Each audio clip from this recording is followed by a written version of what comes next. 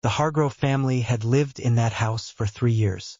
3 years of birthday dinners at the kitchen table. 3 years of arguments about whose turn it was to take out the trash. 3 years of movie nights on the couch, of the kids running through the halls of normal, quiet, ordinary life. They never once thought to check what was underneath it. The house was on Delmar Street in a mid-sized town in rural Ohio. Nothing special about it. For bedrooms, a finished basement, a backyard with a rusted swing set the previous owners had left behind. When Karen and David Hargrove bought it in 2019, their realtor described it as a great family home with good bones. She wasn't wrong. It did have good bones. It also had a crawl space that ran the entire length of the foundation, accessible through a small wooden panel in the basement that had been painted over so many times it barely looked like a door anymore. Neither Karen nor David ever opened it. They had no reason to. It started in February. Karen was the first to notice. She'd be lying in bed, that quiet hour between 11 p.m. and midnight, when the rest of the house had gone still, and she'd hear it. A soft sound. Beneath her. Not pipes. Not the house settling. She'd lived there long enough to know what those sounded like. This was different. It was rhythmic, patient, like something or someone slowly shifting their weight. She mentioned it to David, who did what most husbands do. He told her it was probably an animal. A raccoon, maybe. Something that had found its way under the house and made a nest. He said he'd look into it. He didn't look into it. The sounds continued. Some nights they were faint enough that Karen could convince herself she'd imagined them. Other nights the bad nights seemed to move, starting beneath the bedroom, drifting slowly toward the kitchen, then stopping directly under the spot where the children's table sat in the corner. She started sleeping with the light on. She told herself it was because of the cold. It was their youngest, a 7-year-old named Tyler, who finally found it. He'd gone down to the basement to retrieve a basketball on a Saturday afternoon in March, and he came back upstairs holding something. A candy wrapper. "Dad," he said, holding it up. "I found this by the little door downstairs." David took the wrapper, turned it over in his hands. It was a brand of chocolate, the kind Karen bought at the grocery store, kept in the cabinet above the refrigerator. He told Tyler he must have dropped it down there at some point. But later that night, when the kids were in bed, David went down to the basement alone with a flashlight. He stood in front of that painted-over panel for a long time. There were scratch marks along the bottom edge. Fresh ones. The paint had been disturbed. The panel wasn't flush against the frame the way it should have been. It had been opened recently. David's hand was shaking when he pulled it back. The crawl space was dark and low, maybe 3 feet of clearance between the dirt floor and the wooden beams above. He had to crouch to get his flashlight beam inside. He almost missed it. In the far left corner, tucked behind one of the support columns, was a space that had been arranged. There was a sleeping bag. Thin, dark green, rolled out flat against the dirt. A plastic bag filled with food crackers, canned goods with the tabs pulled for easy opening, 2 bottles of water. A small battery-powered lantern. A change of clothes folded neatly beside the sleeping bag. And a notebook. A plain black composition notebook sitting on top of the clothes, like someone had left it there to be found.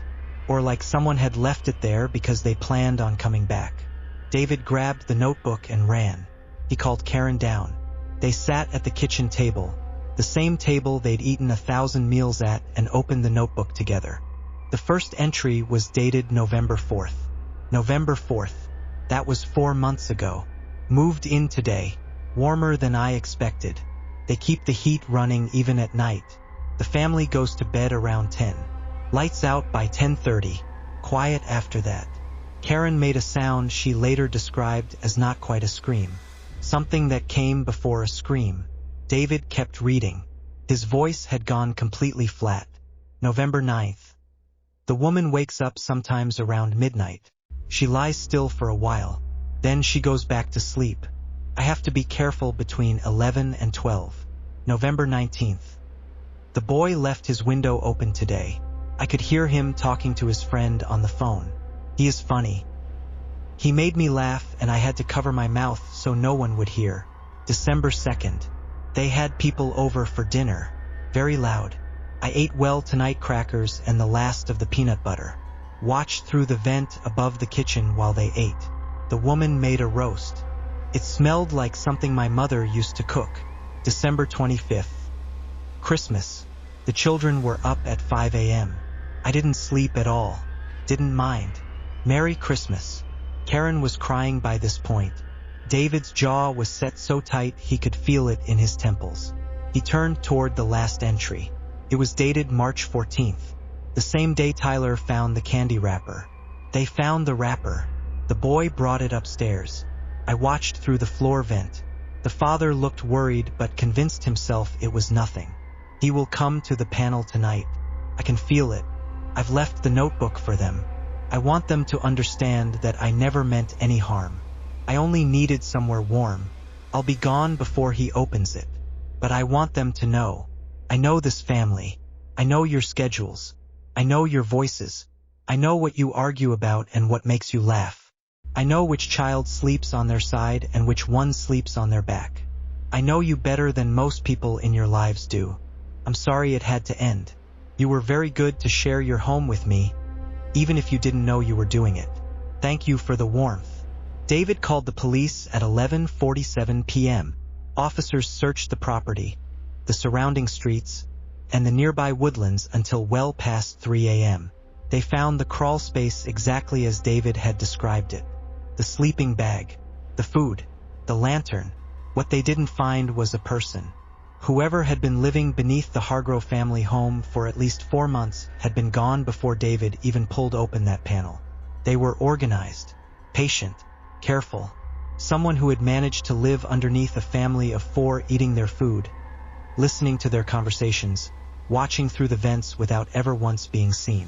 Forensics estimated based on the wear of the sleeping bag and the disturbed dirt that someone had been down there considerably longer than the November start date in the notebook suggested.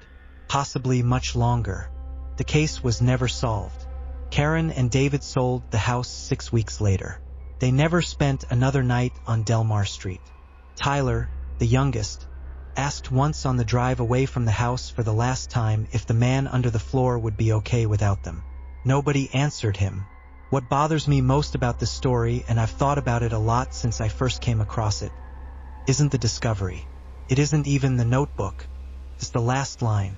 Thank you for the warmth, because that line tells you everything about who this person was. They weren't violent. They weren't vengeful. They were, in some terrifying way, grateful. And gratitude implies attachment. So here's what keeps me up at night. If they were attached enough to leave a note, were they attached enough to come back? The Hargrove family moved across the state. New house, new town, new start. I hope it's enough. I genuinely do. But I also know that whoever this was, they are still out there. Patient, quiet, looking for somewhere warm. Check your basement tonight. If you enjoyed this video, the algorithm responds to likes the same way this person responded to a warm house. It just keeps coming back. Subscribe for new stories every week. And remember to sleep well.